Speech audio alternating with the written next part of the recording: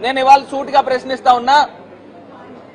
కేవలము ఆ పాలతను 150-160 లీటర్లు ఆయన సప్లై చేస్తా ఉంటే కేవలము ఒక 15-16 కుటుంబాలకి ఎందుకు ఎఫెక్ట్ జరిగింది? ఇథిలీన్ గ్లైకాల్ కనుక కలిస్తే మొత్తం పాలల్లో మొత్తం ఆ ట్యాంకర్ అంతా కలవాలి కదా.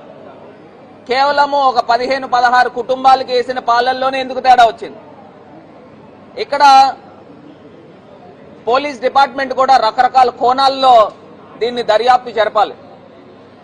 ఎందుచేతనంటే అక్కడ పేషెంట్స్ కి ఇచ్చే ట్రీట్మెంట్ చూస్తే అందరికీ కూడా కిడ్నీస్ ఫెయిల్యూర్ అయినాయి. అంటే ఎవరైనా పురుగుల మందు తాగి ఆత్మహత్య చేసుకుంటారు చూసారా, వాళ్ళకి ఏ రకంగా అయితే ఎఫెక్ట్ జరుగుతుందో ఇక్కడ ఉన్న పేషెంట్స్ కూడా అదే జరిగింది. అంటే పురుగుల మందు ఎంత కాన్సన్ట్రేషన్ లెవెల్స్ లో జరుగుతుందో ఆ ఎఫెక్ట్ జరిగింది. ఇది పెద్దవాళ్ళకి అంటే సుమారుగా 65-70-80 సంవత్సరాలు వాళ్ళకి, చిన్నారులకి, చంటి పిల్లలకి ఈ ఎఫెక్ట్ జరిగింది. మిడిల్ ఏజ్ పీపుల్ కి జరగల.